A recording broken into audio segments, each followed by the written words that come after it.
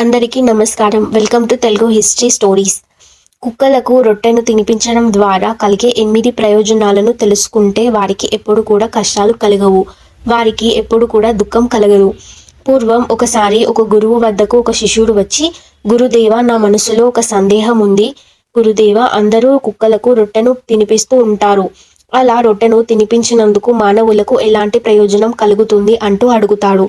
అప్పుడు ఆ గురువు, నాయనా, కుక్కలకు రొట్టెను తినిపించడం ద్వారా 1 కాదు 8 ప్రయోజనాలు కలుగుతాయి. ఆ 8 ప్రయోజనాల గురించి మానవులు తెలుసుకుంటే వారి జన్మ ధన్యమైపోతుంది. దీనికి సంబంధించిన కథ ఒకటి ఉంది. అది నీకు చెప్తాను, జాగ్రత్తగా విను అని అంటాడు. ఈ కథలో కుక్కలకు రొట్టెను తినిపించడం వల్ల కలిగే 8 ప్రయోజనాలను చెబుతాను. ఈ కథ ప్రతి ఒక్కరిని ఆలోచింపచేస్తుంది. పూర్వం ఒక ఊరిలో ఒక నల్ల కుక్క ఉండేది. అది చాలా అమాయకమైన కుక్క. అది ప్రతిరోజు ఊర్లో ఉన్న అందరి ఇంటి ముందుకు వెళ్ళి ఆకలితో దీనంగా చూస్తూ నిలబడేది. కానీ దానికి ఎవ్వరు కూడా ఒక రొట్టె ముక్కను కూడా పెట్టలేదు. ఇక విపరీతమైన ఆకలితో అటు ఇటు తిరుగుతూ ఉంది. అలా తిరుగుతూ తిరుగుతూ నగరం బయట ఉన్న ఆశ్రమానికి చేరుకుంది. అక్కడ ఒక సాధువు కూర్చొని ఉండడం చూసి ఆయన వద్దకు వెళ్ళి కూర్చుంటుంది. మహాత్ముడైన ఆ సాధువు దీనంగా ఉన్న ఆ కుక్కను చూసి, ఏం జరిగింది?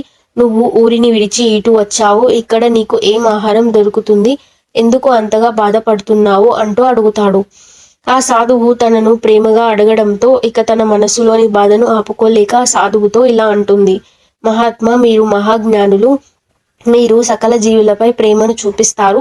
నా బాధను మీరు అర్థం చేసుకుంటారని మిక్కిలి ఆకలితో మీ వద్దకు వచ్చాను అని అంటుంది.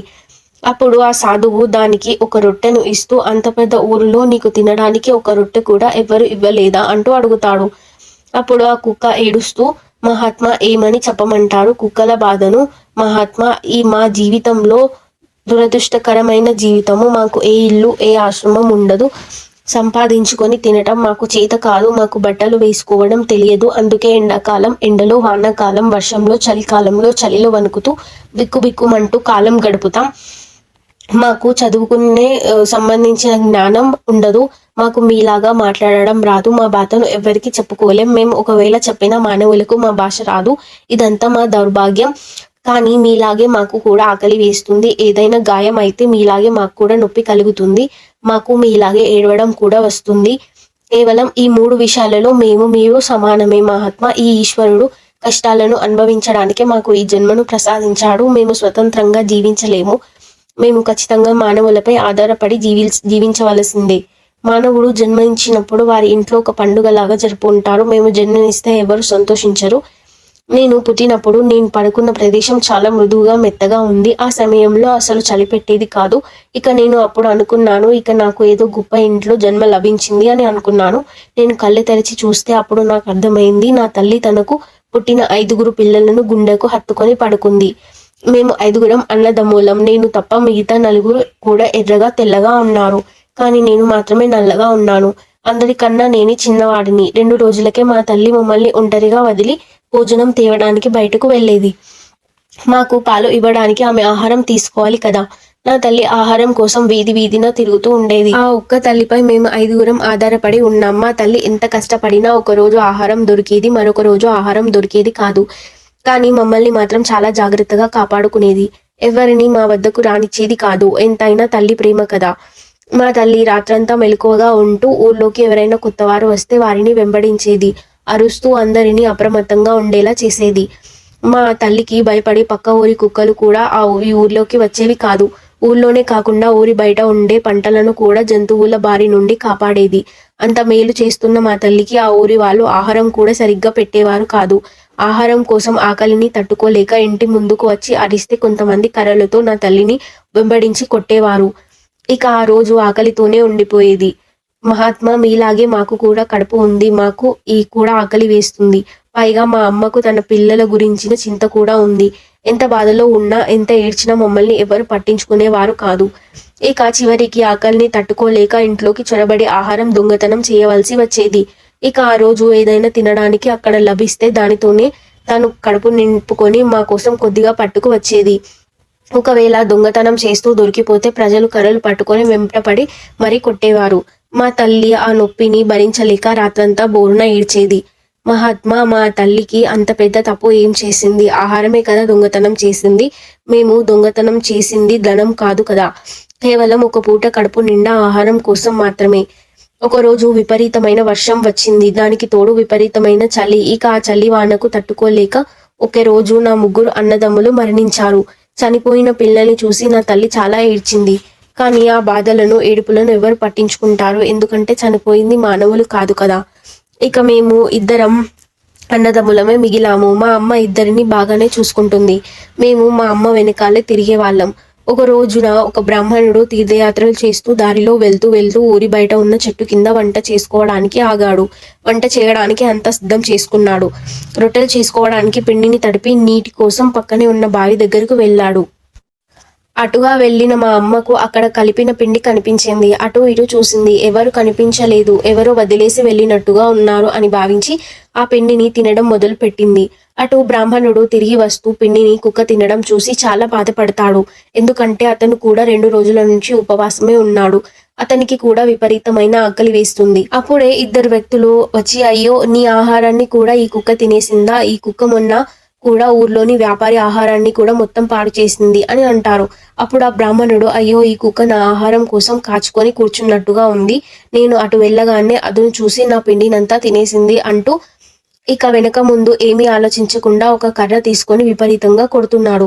దాంతో మా అమ్మ కాలు విరిగిపోయింది. ఇంకా మా అమ్మ ఆ పిండిని సరిగ్గా తిననే లేదు. కానీ దెబ్బలు మాత్రం పూర్తిగా తిన్నది. ఇలా నెల రోజులు మా అమ్మ కుంటుకుంటూనే తిరిగింది. ఈ మానవుడు ఎంత స్వార్థపరుడో మాకు ఆ రోజు అర్థమైంది. మేము మానవులకు ఎంతో సహాయం చేస్తాం. అయినా మానవుడు మమ్మల్ని అర్థం చేసుకోవడం లేదు. ఎంత జరిగినా మేము ఆ మానవులపై ఆధారపడి బ్రతకవలసింది. అంతకు మించి మాకు వేరే దారి లేనే లేదు. మేము మానవుల ఇంటికి కాపలాగా ఉంటాం. వారికి ఎన్నో రకాలుగా సేవలు చేస్తాం. అయినా మమ్మల్ని మానవులు గుర్తించడం లేదు. అయినా మా జీవితమే కష్టాలతో నిండి ఉంటుంది అంటూ ఏడుస్తూ తన బాధను చెప్పింది ఆ కుక్క. ఇక కథను ముగించిన ఆ గురువు, నాయనా, ఈ కథను జాగ్రత్తగా విన్నావు కదా. కుక్కల వల్ల మానవులకు ఎన్ని ప్రయోజనాలు ఉన్నాయో తెలుసుకున్నావు కదా. ఇప్పుడు కుక్కలకు రొట్టెను తినిపించడం ద్వారా మానవులకు కలిగే ముఖ్యమైన 8 ప్రయోజనాలు చెబుతాను, జాగ్రత్తగా విను. అందులో మొదటిది, కుక్కలకు రొట్టెను పెట్టడం వల్ల మనపై ఉన్న శనిదేవుని ప్రభావం తగ్గుతుంది. ఎందుకంటే శని ప్రభావం మనపై ఎక్కువగా ఉంటే ఆ ఇల్లు ఎప్పటికీ కూడా వృద్ధి చెందదు. అత్యంత దరిద్రాన్ని అనుభవిస్తారు. దీని నుండి తప్పించుకోవడానికి ఒక రొట్టెను కుక్కకు తినిపిస్తే శని ప్రభావం తగ్గి ఆ ఇంట్లో ఆనందం కలుగుతుంది. ఇక రెండవది, కుక్కలకు రొట్టెను తినిపించడం ద్వారా ఆ ఇంట్లో ఎప్పటి నుండో జరగకుండా ఆగిపోయిన శుభకార్యాలు జరుగుతాయి. ఇక మూడవది, కుక్కలకు ఆహారం పెట్టడం వల్ల లక్ష్మీదేవి చూపు మనపై ఉంటుంది. లక్ష్మీదేవి ప్రసన్నమైతే వారి ఇంట్లో ఆర్థిక వృద్ధి జరుగుతుంది. ఇక నాలుగవది, అప్పుల బాధలు ఉండవు. ఎప్పటి నుండో ఉన్న అప్పులు కూడా తీరిపోతాయి. ఆర్థికంగా బాగా స్థిరపడతారు. ఐదవది, కుక్కలకు ఉదయం సాయంత్రం కొద్దిగా ఆహారం పెట్టడం వల్ల వ్యాపారంలో నష్టం రాకుండా ఉంటుంది. వ్యాపారంలో వృద్ధి కలుగుతుంది. ఇక ఆరవది, కుక్కలకు ఆహారం పెట్టడం వల్ల ఆయుష్ పెరుగుతుంది. ఆరోగ్య సమస్యలు ఎక్కువగా రావు. ఇక ఏడవది, కుక్కలకు రొట్టెను పెట్టడం వల్ల చేయాలనుకుంటున్న పనులు విజయవంతంగా పూర్తవుతాయి. మన మనసులో ఎప్పుడు మంచి ఆలోచనలే వస్తాయి. ఇక చివరిది, మూగజీవాలకు ఆహారం పెట్టడం వల్ల భగవంతుని దృష్టి మనపై పడుతుంది. ఎందుకంటే భగవంతునికి సమస్త ప్రాణులపై దయ ఉంటుంది. అందుకే మూగజీవాలకు ఆహారం పెట్టిన వారిపై ఆ భగవంతుడు ఎల్లప్పుడూ రక్షిస్తూ ఉంటాడు. వారికి ఏ కష్టాలు రాకుండా చూసుకుంటాడు. అంతేకాకుండా మూగజీవాలకు ఆహారం పెట్టడం వల్ల మనం తెలిసి తెలియక చేసిన కొన్ని పాపాలకు ప్రాయశ్చిత్తం లభిస్తుంది. చేసిన పుణ్యం మాత్రం ఊరికే పోదు. అది ఏదో ఒక రూపంలో ఖచ్చితంగా మన వద్దకు చేరుకుంటుంది. అలాగే అమాయకమైన కుక్కలను ఎవరైతే కొడుతూ బాధ పెడతారో వాళ్ళ జీవితంలో చాలా కష్టాలు అనుభవిస్తారు. ఇలా ఆ శిష్యునికి వివరించి చెబుతాడా గురువు. చూశారు కదా, మూగజీవాలపై ప్రేమను చూపించడం మానవ ధర్మం. మనకు హాని చేయాలనుకోవడం కుక్క లక్ష్యం కాదు. దానికి ఏ ఆహారం దొరక్క ఇక ఎక్కడ ఆకలితో చనిపోతాను అనే భయంతో మానవులపై దాడి చేస్తాయి. పూర్వం మన ఇళ్లలో కుక్కలకు తమలో ఒకరిగా భావించేవారు. ప్రతిరోజు వాటికి ఖచ్చితంగా కడుపు నిండా ఆహారం పెట్టేవారు. అలా అవి చచ్చేంత వరకు ఆ ఇంటి ముందే ఉండేవి. ఇప్పుడు వాటికి సరిగ్గా ఎవరు ఆహారం పెట్టడం లేదు. పూర్వం కుటుంబాలు కూడా చాలా పెద్దవి. వాళ్ళందరూ తినగా ఖచ్చితంగా ఆహారం మిగిలేది.